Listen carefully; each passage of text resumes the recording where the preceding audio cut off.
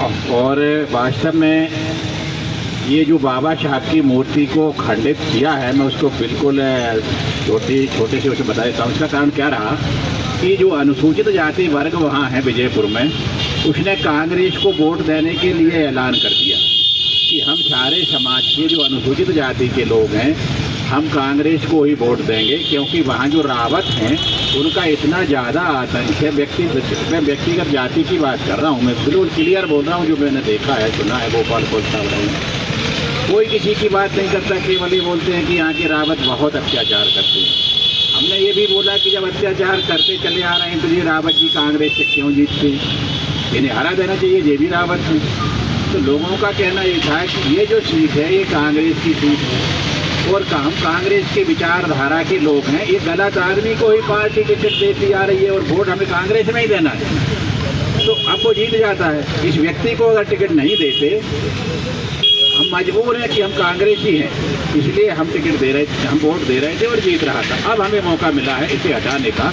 तो जिस कारण बाबा साहब की जो मूर्ति का अपमान किया गया है वो रावत समाज के लोगों ने किया है, ये बिल्कुल क्लियर है। उसमें कुछ लोग पकड़े भी गए। तो वही आतंक है रावत जी के समाज के लोगों का बहुत ज़्यादा है। गरीबों की ज़मीनें हम लोग गए हैं, वहाँ पे घूमे हैं, लोगों ने कहा इस पर रावत ने वो कब्जा कर लिया, ये फलाने जाटव जी की, ये ठिकाने आदिवासी जी की, फलाने यादव की है, इन कुशवाहा जी की, ये सारी ज़मीनें ये रावत जी ने ही 6 बार विधायक बन के मंत्री बन के अपने समाज के लोगों को लुटवा दी। तो बहुत ज़्यादा आतंक है उनका। हम लोग वास्तव में प्रचार करने तो गए, पर मैं बोल रहा हूँ कि हम किसी रावत मोहल्ले में नहीं गए। हमें बोल दिया जाता था कि अरे उधर तो जाना ही मत, उधर वोट नहीं देने वाले हैं, आप काहे को जा रहे हो। हम भी नहीं गए, फालतू में विवाद हो जाएगा, हमको भगाएंगे, गाली गलौज करेंगे, बहुत आतंक है उनका। तो ये वहाँ की स्थिति थी। फिर इसके बाद आप सब लोगों ने देखा है कि कितना बुरा हाल वहाँ हुआ।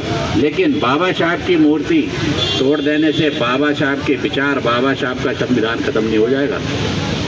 जितना ये ऐसा करेंगे हम उतने ही विरोध करेंगे और बाबा साहब का अपमान तो सहन करेंगे ही नहीं, चाहे कुछ भी हो जाए।